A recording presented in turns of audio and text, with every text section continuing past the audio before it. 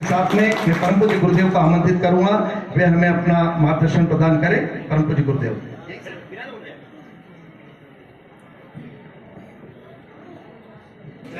भारत माता की जय। अपने गुरु माता पिता की जय। सांवलिया सेठ की जय। भामाशाहों की दानदाताओं की समस्त श्रोताओं की।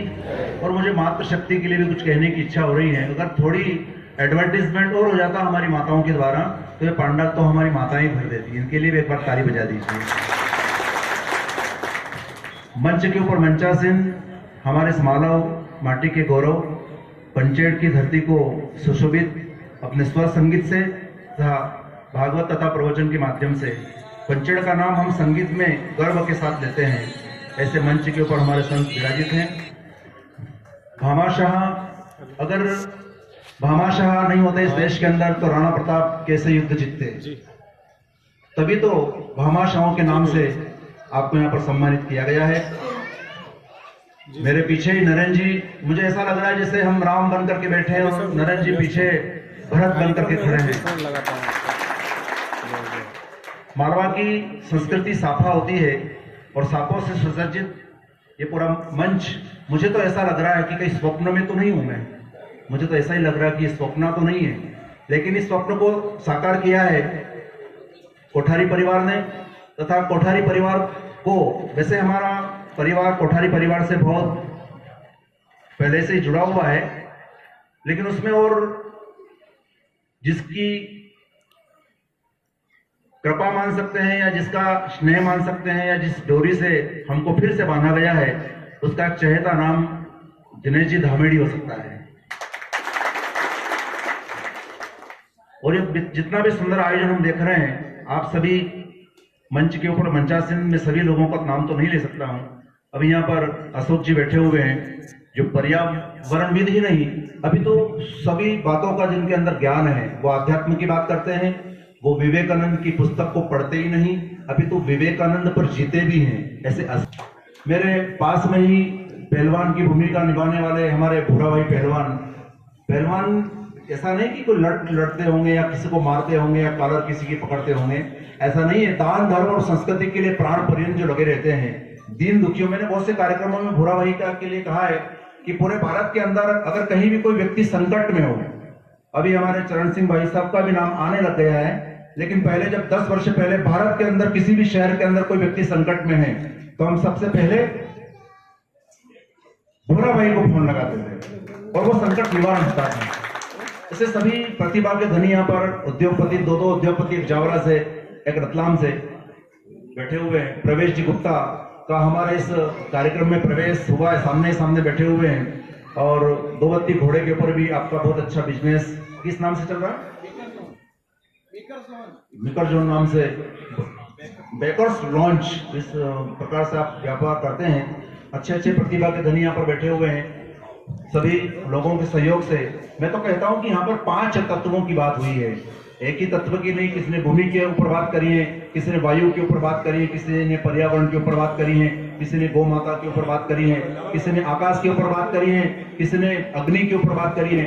लेकिन भारतवर्ष अशोक जी की बहुत अच्छी बात मुझे लगी कि समस्याएं तो अनेक है, समस्याओं की बात तो लोग करते हैं, लेकिन समाधान की बात करने वाले लोग इस देश के अंदर बहुत कम होते हैं। कोठारी परिवार के माध्यम से शाह परिवार और धामेड़ी से दिनेश जी आए हैं, उन्होंने समस्या के समाधान की बात करी है। मुझे एक बात और कहनी थी हरिराम जी शाह के माध्यम से कि ये तो हो गया है साधन, लेकिन अब साधन में भी तो खर्चा होगा, है ना। वो बात थोड़ी सी छूट गई है। तो उसके लिए भी जो लोग ऐसा नहीं समझे कि यार ये ट्राली आ गई, ट्रैक्टर आ गया तब सब कुछ हो जाएगा, लेकिन जो प्रतिवर्ष जो यहाँ दान देते थे, अभी हमारे छो के एक हमारे भक्त बैठे हुए, उन्होंने एक ट्राली भूसा की यहाँ पर घोषणा करी है। ऐसे उस कार्य को अनवरत हम चलते रहे, तभी जाकर के ऐसे शुभ संकल्प को हम साकार कर पाएंगे। थोड़े ही दिन बाद 14 मई को यहाँ पर 1 लाख लोगों का संगम होने वाला है। आप सभी लोगों के सहयोग से उस यज्ञ के उस शुभ अवसर को, उस मंगलमय झांकी को हम दर्शन करेंगे। और मुझे लग गया है, पहले मैं डर रहा था कि क्या मालूम यज्ञ होगा कि नहीं, क्योंकि 15 लाख का ये वस्तुदान का एक महोत्सव हम मना रहे हैं, ये सब कुछ हो गया, लेकिन और भी कुछ बहुत बड़ा आयोजन जिसमें करोड़ों का खर्च होने वाला, कैसे होगा। लेकिन आप दीप प्रज्वलन के साथ में हमारे सतीश जी कोठारी के जन्मोत्सव के उस महोत्सव में एक बहुत सुंदर मुझे आज लगने लग गया कि हमारा यज्ञ सफल हो गया है। सरपंच साहब भी कह रहे थे गुरुजी अब यज्ञ अपना सफल है, क्योंकि दानदाताओं ने घोषणा करी है।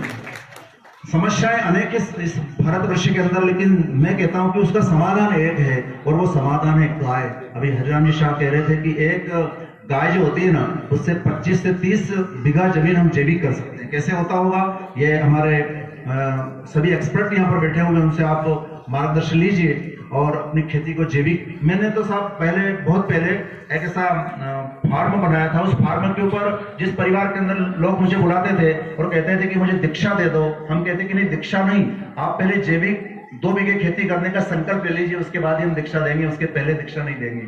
संकल्प पत्र भरवाए हैं। ऐसे बहुत अनेक आयामों को हम छुएंगे। एक एक काम के लिए एक एक व्यक्ति लग जाए। कोई वृक्ष के ऊपर काम करे, कोई गोमाता के ऊपर काम करे, हमारे प्रकाश जी शहीदों के ऊपर काम कर रहे हैं, कोई सेना के ऊपर काम करे, कोई वृक्षों के ऊपर काम करे, कोई नदियों के ऊपर काम करे, कोई पर्वतों के ऊपर काम करें। पृथ्वी का एक कण कण जिसमें परमात्मा की सत्ता समाई हुई है। हम तो कहते हैं कि वृक्षों की जो बात करते हैं, लोग कहते हैं कि साहब एक वृक्ष लगा दिया हमने, लेकिन वृक्ष लगाने मात्र से कुछ नहीं होता है। उसका पालन करके, उसका पोषण करके, उसको बड़ा करके, उसकी छाया में कोई व्यक्ति अगर बैठ जाता है ना, हम कहते हैं कि 4 धाम एक आम लगा दीजिए, 4 धाम की यात्रा आपको उसी समय आपको पुण्य की प्राप्ति हो जाएगी। आइए हम सब मिलजुल करके इस क्षेत्र को तीर्थ का स्वरूप प्रदान करें, ये सुरम्य वातावरण बने। और हम तो कहते हैं कि आपको क्या फायदा होगा उससे। मैं कह रहा हूं कि आपको क्या फायदा होगा। आप अपने बच्चों को हमें दीजिए, आपके युवाओं को हमें दीजिए, उनको संस्कारवान बना करके आपके पास वापस हम भेज देंगे। इससे ज्यादा हम कुछ नहीं कर सकते हैं। संस्कार प्रधान इस भारतवर्ष के अंदर संस्कारों की बहुत कमी है। पाश्चात्य संस्कृति बहुत हावी होती चली जा रही है। ये सुंदर सुंदर छोटे छोटे कार्य करके अभी बहुत बड़े बड़े कार्यों को हमें करना है। ऐसा नहीं कि राम मंदिर बन गया साहब, 370 धारा हट गई, ऐसा हो गया वैसा हो गया। करोड़ों काम बाकी बचे हुए हैं। तभी जाकर के भारत अपना विश्व गुरु की इस पदवी के ऊपर सुशोभित होगा। तिल तिल जल करके एक एक व्यक्ति को लगना पड़ेगा, तभी जाकर के हम उस लक्ष्य को प्राप्त कर सकेंगे। हमको आलस्य में, मैं यह कार्यक्रम जब देख रहा था ना, मैं कार्यकर्ताओं को डांट रहा था, मैं देख रहा था, मेरे कान भी देख रहे थे। कान सुनते हैं जबकि मेरे कान देख रहे थे। कानों से भी देखना और आंखों से भी सुनना। पीछे भी आंख होनी चाहिए, आंखों के सामने तो आंखें ही से एक तीसरी आंख भी होनी चाहिए। ऐसे प्रचुर मात्रा में आप ऐसे संयम को धारण करके बहुत ज्ञान आपके अंदर आने की आवश्यकता है। हम तो कहते हैं कि देश धर्म और संस्कृति की रक्षा करने के लिए जिस प्रकार सीमा के ऊपर सजग प्रहरी बनकर के राष्ट्र की रक्षा जो सैनिक करते हैं ना, वो सैनिक वहां है, लेकिन आप भी सैनिक बन सकते हो। आप माता पिता की रक्षा कीजिए, राष्ट्र की रक्षा कीजिए, गोमाता की रक्षा कीजिए, दीन दुखियों की रक्षा कीजिए, और जहां अभावग्रस्त लोग हैं वहां तक पहुंचिए। कोठारी परिवार पहुंचा है, और एक कोठारी परिवार के लिए तो बहुत बातें हैं, लेकिन कहीं एक बात निकल रही थी कल, तो एक भैया बता रहे थे कि गुरुजी कितने भी अच्छे प्रतिष्ठित परिवार के लोग हैं, लेकिन फिर भी एटीट्यूड नहीं है उनके अंदर, घमंड नहीं है। नहीं तो लोग तो सब यूं उधर देखते हैं, कैसे चलते पता है आपको, ऊंट जैसे चलते हैं, यूं चलते हैं, लोगों को सामने देखते तक नहीं है। ऐसे मुझे एक बहुत अच्छी बात लग रही थी, सतीश जी की 1 घंटा कार्यक्रम लेट हो गया है। तो मैं कह रहा था कि क्या हो गया, क्यों लेट कर रहे हैं। हरिराम जी शाह से पूछा मैंने, क्या करो ना जल्दी, तो करे कि नहीं गुरुजी अभी तक बड़े भाई साहब नहीं आए हैं, तब तक हम कार्यक्रम को कैसे आगे बढ़ा सकते हैं। ऐसे बड़े भाई के प्रति प्रेम और आज्ञा और छोटे भाई के प्रति स्नेह, ऐसी परंपरा अपने इस भारतवर्ष के अंदर होनी चाहिए। संयुक्त परिवार की प्रथाएं वापस चालू होनी चाहिए, क्योंकि संयुक्त परिवार के दिखते नहीं है।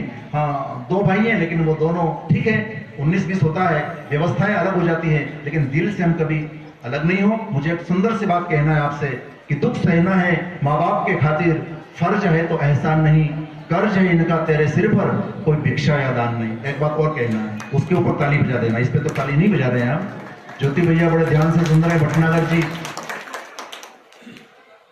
एक बहुत सुंदर सी बात कह के अपनी वाणी को विराम देता हूं।